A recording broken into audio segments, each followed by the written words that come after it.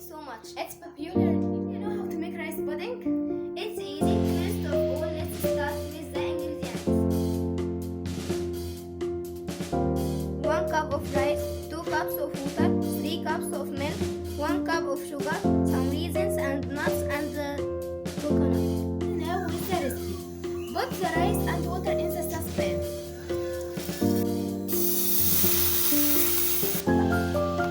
Boil them for 20 minutes. Mix slowly as you stir.